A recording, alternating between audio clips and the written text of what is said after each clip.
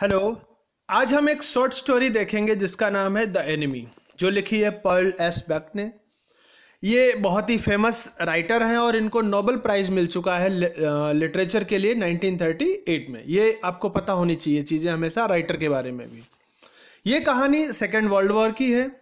इसमें एक पर्सन के दिल और दिमाग में जो कॉन्फ्लिक्ट चलता है उसकी बात की गई कि इमोशन और रीज़न में कौन सी बात सही है, वो हम देखेंगे। तो शुरू करते हैं हमारी कहानी। इससे पहले आई रिक्वेस्ट, अगर आपने चैनल को सब्सक्राइब ना किया हो तो ज़रूर कर दीजिए, साथ ही आइकॉन बेल भी प्रेस कर दीजिए जिससे भविष्य में आने वाली सभी वीडियोस आपको मिलती रहें। तो शुरू करते हैं हमारे कैरेक्टर से। डॉक्टर सदाओ एक फेमस सर्जन और हाईली स्किल्ड साइंटिस्ट हैं। सेकेंड हैना, उनकी वाइफ। टॉम, ये एक अमेरिकन सोल्जर है। और द जनरल, जो एक सेल्फिश ओल्ड मैन है। तो अगर हम कहानी को शुरू करते हैं डॉक्टर सदाओ होकी और उनके फादर से, तो सदाओ होकी एक फेमस सर्जन और हाईली स्किल्ड साइंटिस्ट है। वह एक जापानीज कोस्ट के पास रहते थे। उनका घर जो है पाइन ट्रीज के बीच बना है। बचपन में इन्हें पेड़ों पर चढ़ना बहुत पसंद था। अपने फादर के साथ साउथ सी आइलैंड्स भी जाते थे। उनके पिता बहुत ही सीरियस और ट्रेडिशनल मैन थे। वह सदाओ के साथ ना कभी खेले और ना कभी कोई जोक किया, लेकिन अपने बेटे के लिए कई तकलीफ़ें उठाई। उनका मेन फोकस सिर्फ सदाओ का एजुकेशन था और इसीलिए उन्होंने सदाओ को अच्छे एजुकेशन के लिए अमेरिका भी भेजा। उनके पिता ने उन्हें देशभक्ति और देश के प्रति लॉयल मतलब वफादार रहने की सीख दी और सदाओ ने इन्हें अच्छे से सीखा भी। जब सेकेंड वर्ल्ड वॉर स्टार्ट हुआ तब उन्हें सेना के साथ नहीं भेजा गया, क्योंकि वह एक डिस्कवरी करने वाले थे जिससे जो वुंड्स होते हैं, घाव, उसको एकदम क्लीन किया जा सके। और दूसरी बात यह थी कि जनरल जो था वो बहुत बूढ़ा था और उसके डॉक्टर सदाओ उसे जो है ना डॉक्टर सदाओ ट्रीट कर रहे थे और कभी भी ऑपरेशन की ज़रूरत पड़ सकती थी, इसलिए उसने नहीं जाने दिया। फिर क्या हुआ, मीटिंग हैना के साथ। जब सदाओ अमेरिका में थे तब उनकी मुलाकात हैना से हुई और जब वह श्योर हुए कि हैना जापानी है तभी उन्होंने शादी का डिसीजन लिया। नहीं तो उनको पता है कि उनके पिता कभी भी अप्रूवल नहीं देते। सदाओ याद करते हैं कि कैसे हैना से मिलना एक एक्सीडेंटल था। जब वह प्रोफेसर हार्ली के घर रहते थे, एक रात उनके घर नहीं गए और तभी हैना से मुलाकात हुई, जो कि एक न्यू स्टूडेंट थी। दोनों अपनी स्टडी ख़त्म करने के बाद जापान वापस आ गए। सदाओ के पिता की इच्छा के अनुसार दोनों की शादी जापानी ट्रेडिशन के साथ हुई और दोनों बहुत खुशी से रहे। एक रात हैना और सदाओ दोनों घर के वरांडा में बैठ के सी व्यू को एंजॉय कर रहे थे। तभी उनकी ओर आता एक आदमी दिखाई दिया। वह थोड़ा बहुत चला और उसके बाद गिर गया। फिर वो क्रॉल करके चलने लगा। सदाओ ने सोचा कि वह एक फिशरमैन था। वह आदमी बहुत जख्मी था एक्चुअली। हैना को रियलाइज़ हुआ कि वह वाइट मैन था और वह उस समय बेहोश हो गया था। उसे बहुत खून बह रहा था। सदाओ ने देखा कि बुलेट की वजह से उसका जो वुंड है वो ओपन हो गया है, मतलब घाव ओपन हो गया है। और सदाओ ने घाव को सी मॉस मतलब समुद्र के पास ही जो काई वगैरह थी, घास, उससे बंद कर दिया। वह आदमी दर्द से कराह रहा था। जब सदाओ को रियलाइज़ हुआ कि वह अमेरिकन प्रिजनर है वॉर का, तो उसे समुद्र में फेंकना चाहते थे। हैना भी यही चाहती थी, क्योंकि अगर वे उसे शेल्टर देते, अपने घर में जगह देते अपने एनिमी को, तो वे मुसीबत में आ सकते थे। सदाओ अपनी मोरल ड्यूटी और नेशनल ड्यूटी में कंफ्यूज हो गए थे। डॉक्टर के तौर पर वह मरते हुए को बचाना चाहते थे, लेकिन देशभक्त होने के नाते वह उससे आर्मी को सौंपना चाहते थे। बाद में दोनों उसे घर ले गए जाने का डिसीजन लेते हैं और क्योंकि उसे अर्जेंट मेडिकल अटेंशन की ज़रूरत थी तो वो उसे घर ले जाते हैं। वे अपने नौकरों को भी बताना चाहते थे। उन्होंने सोचा कि इसे पुलिस को सौंप देंगे, ये बात बताते हैं। वह आदमी बहुत दिनों से भूखा होने की वजह से काफ़ी कमज़ोर हो चुका था। वे उसे उठाकर सदाओ के फादर के रूम में ले गए, क्योंकि अब वह जिंदा नहीं थे। जब तक वो जिंदा थे उन्होंने तो कोई फॉरेन की चीज़ भी अपने रूम में अलाउ नहीं की थी। अमेरिकन जो है वो बहुत दिनों से इस तरह से मतलब बुरी हालत में था, तो बहुत गंदा था, उसे साफ़ करने की ज़रूरत थी। हैना ने यूमी से कहा, जो गवर्नेंस थी, कि वह साफ़ कर देगी।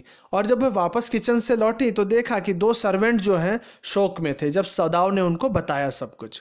सदाओ ने सर्वेंट्स ने सदाओ को कन्विंस करने की ट्राई की कि वह उसे मतलब एनिमी को पुलिस को सौंप देंगे।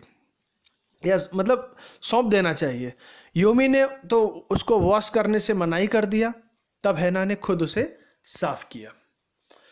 अब क्या होता है, सदाओ उसको ऑपरेशन करने के लिए रेडी होते हैं। सदाओ ने हैना से उस व्यक्ति को एनेस्थीसिया देने को कहा। हैना ने कभी ऑपरेशन होते नहीं देखा था और उसे वॉमिट होना शुरू हो गई। तभी सदाओ भी अपने दुश्मन से बड़े इरिटेट हो रहे थे, उस एनिमी से, और वह हैना की भी हेल्प नहीं कर पा रहे थे।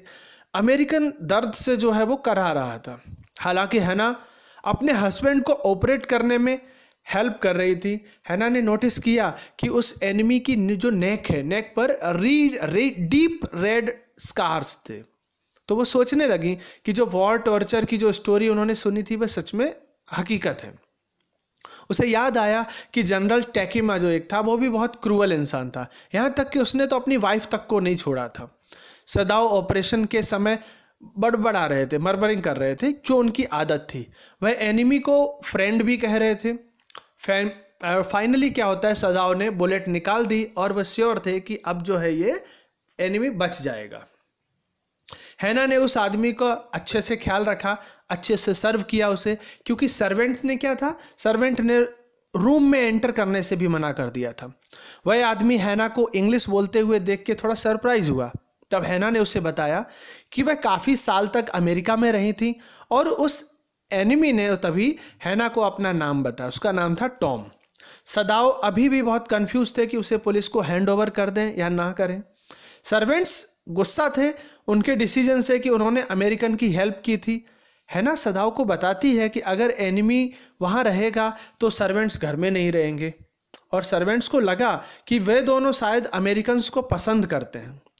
सदाओ ने हालांकि क्लैरिफाई किया कि वे सभी अमेरिकन के मतलब सभी अमेरिकन्स उनके दुश्मन हैं। उन्होंने एनिमी को बचाने वाले हालात बताए कि कौन सी हालात में उनको ये मदद करनी पड़ी। हैना सब सुन रही थी। और 7th डे में क्या होता है, सभी सर्वेंट्स घर छोड़कर चले जाते हैं। उसी दिन एक ऑफिशियल यूनिफॉर्म में एक मैसेज लेके आता है एक मैसेंजर सदाओ के घर। हैना बहुत डर गई थी, वह कुछ ना बोल सकी। उसे लगा कि वह सदाओ को अरेस्ट करने आया है। हकीकत में मैसेंजर इन्फॉर्म करने आया था कि जनरल को सदाओ की ज़रूरत है। हैना को अपसेट देखकर सदाओ ने डिसीजन लिया कि अब उस एनिमी को उनसे दूर करना ही होगा। सदाओ ने सारी बात जनरल को बता दी। जनरल जानता था कि सदाओ उसके लिए बहुत ज़रूरी है।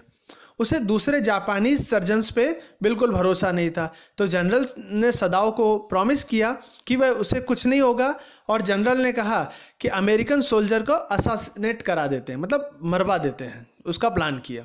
उसने सदाओ से कहा कि प्राइवेट असासिन उसके पास जो है वो काफ़ी कैपेबल है, और साथ में वो डेड बॉडी को भी रिमूव कर देंगे। सदाओ ने भी सोचा कि यह प्लान उसकी फैमिली के लिए बेस्ट है। और उस मीटिंग के बाद सदाओ ने 3 रातों तक कंटिन्यूअस रेस्टलेसली वेट किया, लेकिन वे लोग नहीं आए। तब उसने खुद डिसीजन लिया कि अब वो खुद ही एनिमी से छुटकारा लेने का प्लान करेगा। सदाओ ने टॉम को एस्केप प्लान बताया कि कैसे भागना है। उससे यह भी बताया कि उसके प्रेजेंस की खबर अब हिडन नहीं रह चुकी है, लगभग सबको पता है। तो सदाओ ने उसे एक boat, food, drinking water, clothes और उसकी अपनी फ्लैशलाइट भी दी। उसने टॉम को बताया कि अगर उसे किसी भी चीज़ की ज़रूरत हो तो 2 फ्लैशलाइट करे, और अगर सब ठीक है तो सिर्फ एक बार फ्लैशलाइट करे, और यह सब शाम होने के बाद ही करे। वह और भी उसे बताता है कि उसे खाने के लिए फिश तो मिल जाएंगी, लेकिन वह उन्हें कच्ची ना खाए, थोड़ी आग में पकाकर ही खाए। यहाँ तक कि हैना को भी इस प्लान की जानकारी नहीं थी।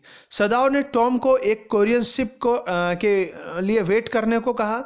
उसके बाद सदाओ जो है जनरल के पास गया और कहा कि अमेरिकन भाग गया है। जनरल ने सदाओ को कहा कि वह ठीक नहीं था, इसलिए प्रिजनर के बारे में भूल गया था। उसने सदाओ को कहा कि वह किसी से भी यह बात लीक ना करे। जब सदाओ वापस घर आया तो अमेरिका में उसने जो दिन बिताए थे उनको याद करने लगा, और उसे आश्चर्य था कि पता नहीं वह टॉम जो उसका एनिमी था उसको मार क्यों नहीं सका। और यहाँ पर इस स्टोरी का एंड होता है।